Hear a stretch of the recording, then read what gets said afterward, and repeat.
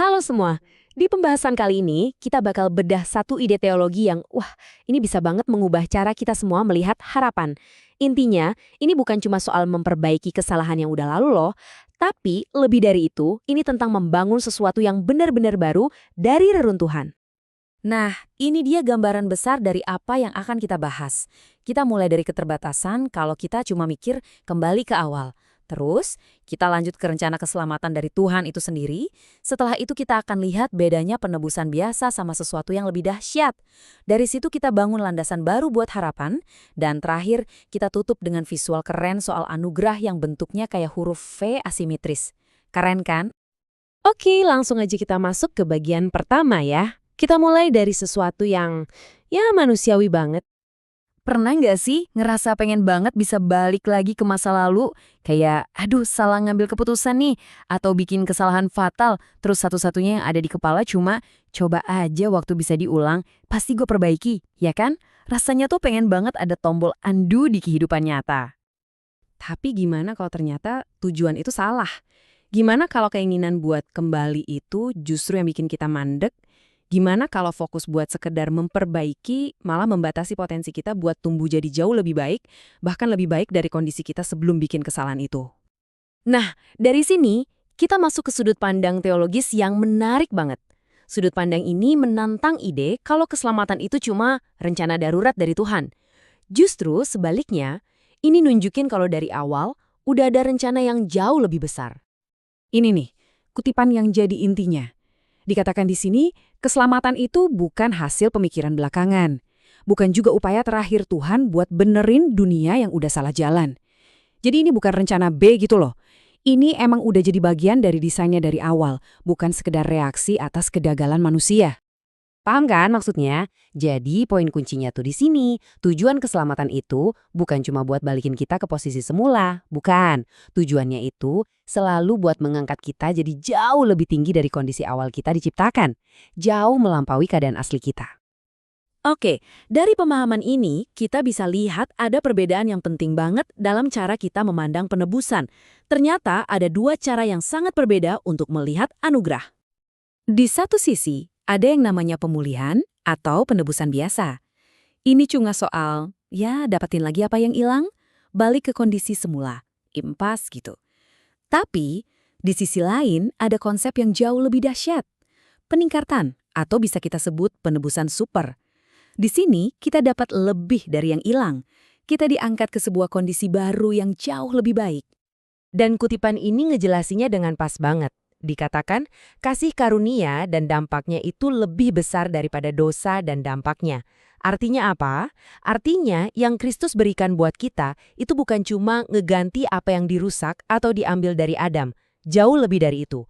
Anugerah itu nggak cuma bikin impas, tapi justru ngasih keuntungan yang luar biasa. Oke, keren kan idenya? Tapi pertanyaannya, gimana konsep teologis yang besar ini bisa kita terapin di kehidupan nyata? Nah, sekarang kita lihat gimana semua ini bisa jadi landasan harapan yang benar-benar kokoh buat kita. Nah, ini dia rumusnya. Rumus yang benar-benar ngasih harapan. Jadi gini cara kerjanya. Setiap Tuhan ngasih perintah, misalnya jangan khawatir, itu bukan cuma sekedar suruhan kosong, enggak. Perintah itu selalu datang sepaket sama bekalnya. Ada petunjuknya, kayak di Matius 6, dan ada juga kekuatannya, seperti di Filipi 4. Jadi, perintah plus penyediaan ini yang memungkinkan kita buat berubah. Dari yang tadinya khawatir, jadi bisa fokus bekerja. Jadi, jelas ya, harapan yang kita bicarakan ini bukan harapan kosong, bukan angan-angan. Harapan ini punya 3 fondasi yang kuat banget. Pertama, janji-janji Tuhan yang pasti.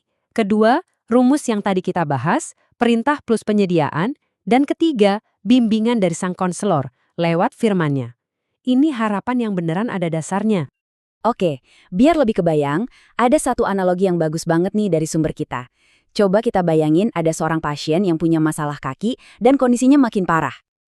Nah, pertanyaannya apa sih harapan terbaik buat dia? Apakah cuma sekedar bisa balik jalan lagi? Terpincang-pincang tapi nggak sakit? Tentu bisa jalan lagi tanpa sakit itu udah bagus banget. Tapi apa cuma itu? Apa itu titik tertingginya? Apa itu batas harapannya? Nah, sekarang kita sampai ke bagian visual yang bakal menyatukan semua pembahasan kita dari tadi. Ada diagram yang menurut saya keren banget buat ngegambarin konsep ini.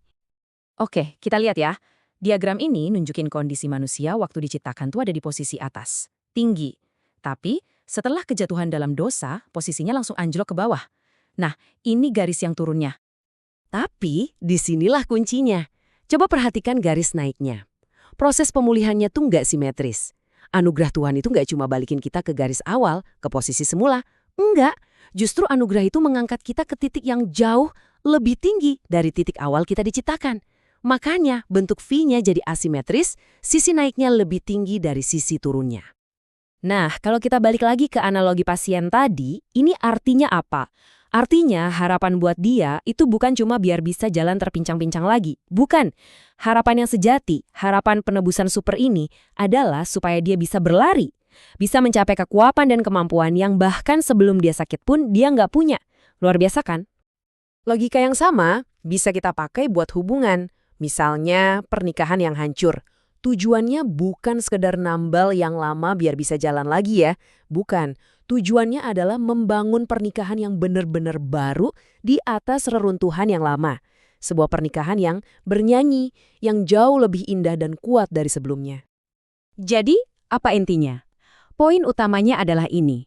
Harapan sejati itu bukan soal menghapus masa lalu. Bukan juga cuma sekedar balik ke kondisi normal. Harapan sejati itu adalah janji bahwa kita akan diangkat ke sebuah keadaan yang baru dan lebih baik. Anugerah Tuhan itu bekerja buat membangun sesuatu yang jauh lebih megah di atas puing-puing kegagalan kita. Sebagai penutup, coba renungkan ini. Gimana kalau ternyata perjuangan terberat dalam hidup kamu, titik terendahmu, justru itu adalah fondasi yang Tuhan pakai untuk membangun pertumbuhan terbesarmu. Sesuatu yang jauh lebih luar biasa dari yang pernah kamu bayangkan.